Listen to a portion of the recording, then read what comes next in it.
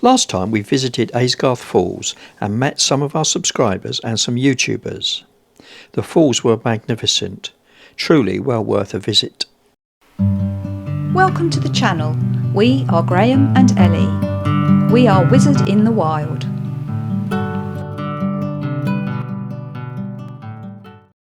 Last week I asked you to tell us what you preferred. Ellie's vegan dish or my pork and apple award-winning pork pie. Well, the votes are in and counted, and the winner is... yes, the pie. That's no surprise to me, of course, although quite a few people wanted Ellie's salad with my pie. Now that did surprise me a bit, but as long as it doesn't reach my plate, I don't mind. Also, I mentioned last time I was having some issues with my editing laptop. These are still ongoing, so apologies if there are a few issues in this video. But the good news is I've found my next PC. If I can afford it.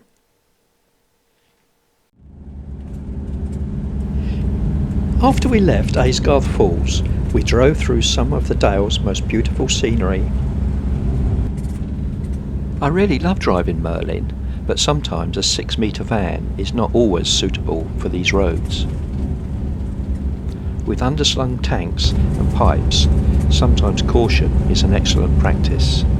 I know which way I need to go, but I'm not sure it's a good idea. This sharp uphill turning was definitely to be avoided. This is the direction I'm coming from, and that's the direction I want to go to. But I'm pretty sure something's going to get ripped off if I do what I need to do. This ain't going to work. And Sod's Law says whenever you get these difficult situations, traffic builds up behind you. I spotted a driveway down the road a little bit. Maybe I can turn around there. Under pressure, this wasn't one of my finest manoeuvres. But on the plus side, the traffic behind me had dispersed. I didn't count, but I think it was about a 9-point turn. At this point, I'm wishing I had the 5.4 metre van.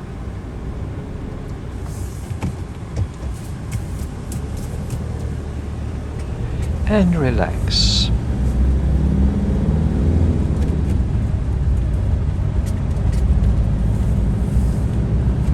As I drove by my Nemesis junction, I could see all the grooves in the road. Lots of people had grounded there. Moral of the story? If it looks too hard, maybe don't attempt it. Far better to have the hassle that I did than have to find somebody to repair damaged equipment. Our journey from Aysgarth Falls to our potential wildcamp park-up was only about half an hour. I think you will agree it's some stunning scenery.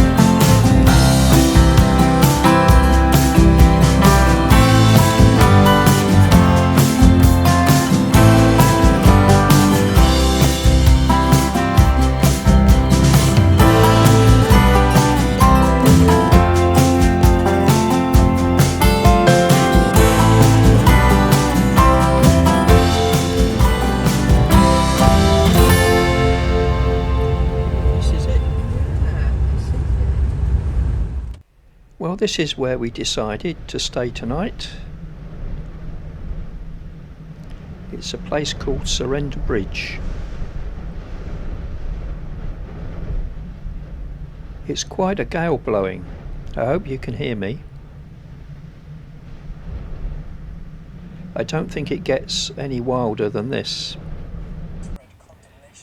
Back in Merlin you get an appreciation for how quickly the weather's changing.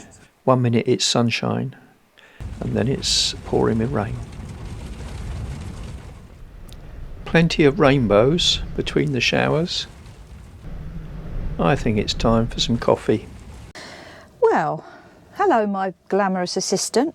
Bet you're wondering what this little gadget is here. I bought this for Graham actually, because you know what he's like with his coffee, and we're trying to get the sort of perfect way of making coffee easily in Merlin. So I bit the bullet and bought one of these. It was on a recommendation from somebody on Facebook. Yes, it was one of our Facebook members and YouTube subscribers, Ruth Kirby. She alerted us to it and Ellie got me one.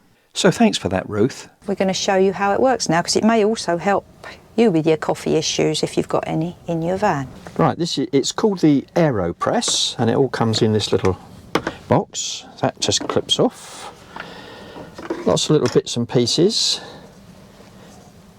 It's the travel version, by the way.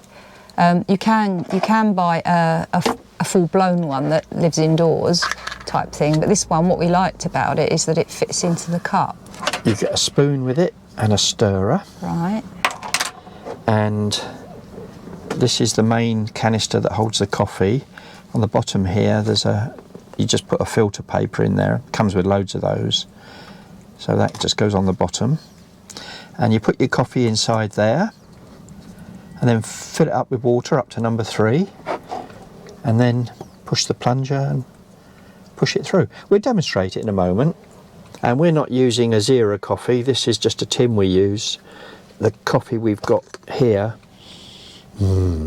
that's Costa coffee, that one, isn't it? It is Costa coffee, yeah. But obviously you can use any ground coffee that you want, you like the flavour of. That's it. We store it in the fridge, which is why it's in a little tin like that. It just keeps it fresher so that Sir gets his coffee just how he likes it. Right, so to use it, you start with this. You put the filter onto the bottom and then you get your coffee. You can put as much as you like in them, but they recommend one heaped. So you tend to go for 2 sort of flat, don't you? Yeah, I like mine quite strong. And you like quite a long drink as well. You can adjust it depending on whether you just want an espresso or you want to add lots of milk. Yeah, yeah. So that's now got the coffee in it. Just bang it down to make it level. That sits on there. This of course will be the cup that I use. Here, we're quite slick at this, aren't we? What do you think of this presentation so far? Right, so I'm going to pour it. Mind my hand. I'm going to try to mind your hand. It fits quite nicely on top of the cup actually, doesn't it? Yeah. To be fair. It all fits together really well, so that's up to number 3. And this is the stirrer. Now you're wondering why you need a special stirrer, but you probably don't really. I think it's because it makes it all compact. It's as if you wanted to take it to work with you. As you can see, it's going down now. I'm trying to find your camera. Where is it? There it is. But to get the last bits out, you put the plunger on there. It's quite a lot of pressure when you push that thing down, isn't there? Yeah. And I will say at this point, we don't have shares in AeroPress or anything like that. This is a present I bought for Graham. It's my Father's Day one, wasn't it? Yeah, even though you're not my dad, but just a little, that would just be... There we go. Let's have a look at that. Cool, that looks nice. And I like Oatly Barista Edition. Oh, we're really getting into our stride, aren't we? Do you want some more water? Yeah, top that up with a little bit of water, if you don't mind. See, so it's not correct, is it? I do actually do cooking. Some people say I don't do cooking, but He makes well, I think I've just demonstrated that I do cooking. Is it good? Yeah, lovely. Brilliant. Wait a sec. But as for me, I have good old instant. That's me. Posh coffee, Ellie's coffee. Well, it's turned into a right lovely evening now. It's been raining on and off most of the afternoon, but it does seem to have cleared up. That's our destination over there, those old lead works. Let's go and see what's happening over there.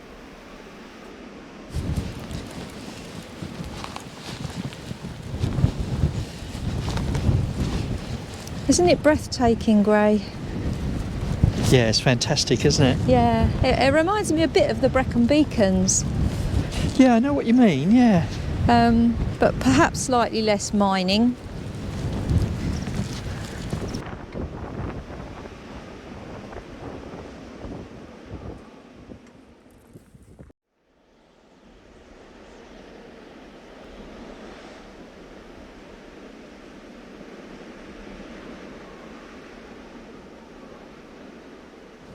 Water looks clear, doesn't it, Al?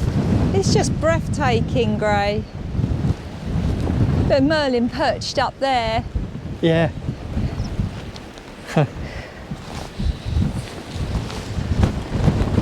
Yeah, it's not a bad pitch for tonight, is it? Not bad at all. The light's beautiful through there, isn't it? It's stunning. It's like golden. Yeah. I wonder why it's called Surrender Bridge. Don't know.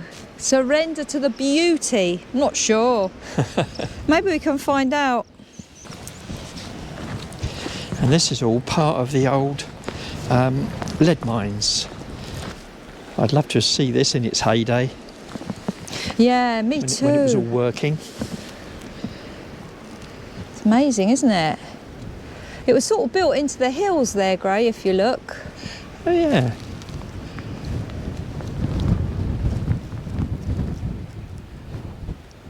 This is a scheduled ancient monument.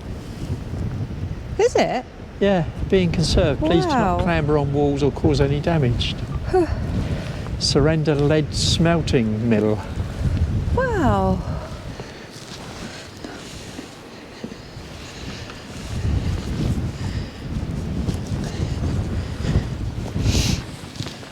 Oh wow.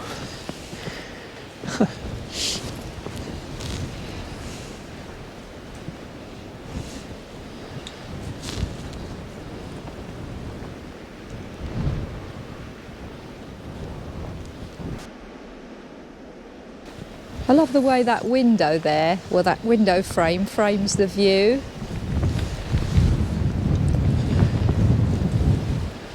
There's a lot left, isn't there? There is.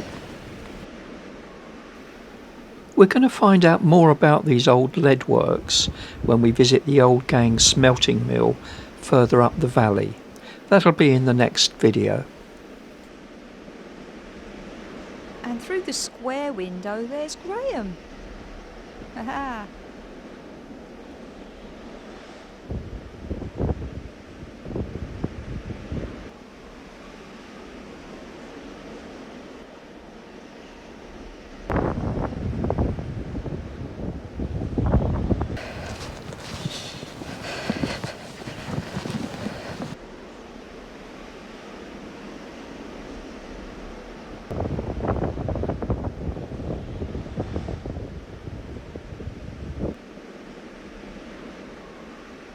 A bit more. Yeah. Yeah, we'll walk on a little bit further along that path over there. Okay, that looks good.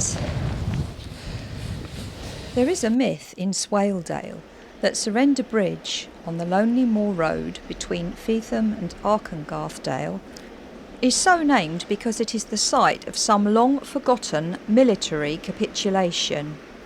But logic dictates that it is named after the adjacent moor of Surrender Moss, It's a damp, peaty expanse, named almost certainly from the Old English word sur, suran, meaning sour, damp, coarse.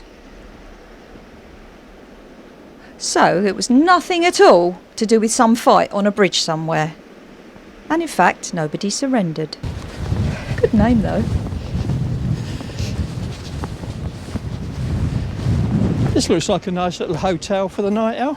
Yeah, loving it. I think it's even got an ensuite. Yeah. Shall we stay here tonight? Yeah, let's stay here. I think this looks spifferoony. So that was a nice walk. Yeah, it was lovely, a bit cold. You can probably hear the wind blowing in the van a little bit. It's quite blowy, but the girls seem to enjoy it. And it's just a really nice evening, as you can probably see through the window. Graham's just outside in the van now, just trying to fly the drone for a bit before the sun goes down, because as you can see, it's a lovely, lovely glow. And I am going to make us a nice cup of tea. That's what you want after a walk, a nice cup of tea.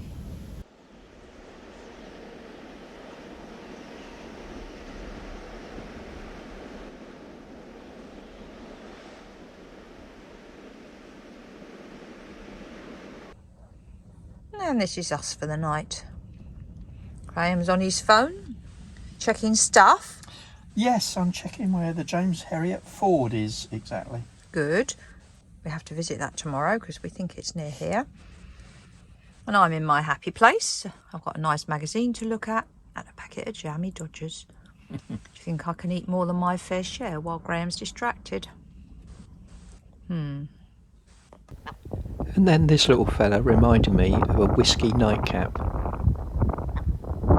Good night. Well, thanks for watching this video. As ever, we've plenty more to show you, but that's going to have to wait until next week. Thank you for joining us this week. If you've enjoyed our vlogs, please do consider liking, subscribing and giving us the thumbs up. Oh, and don't forget to comment. We love to hear what you think of our vlogs. And join us next time for some more adventures with Wizard in the Wild.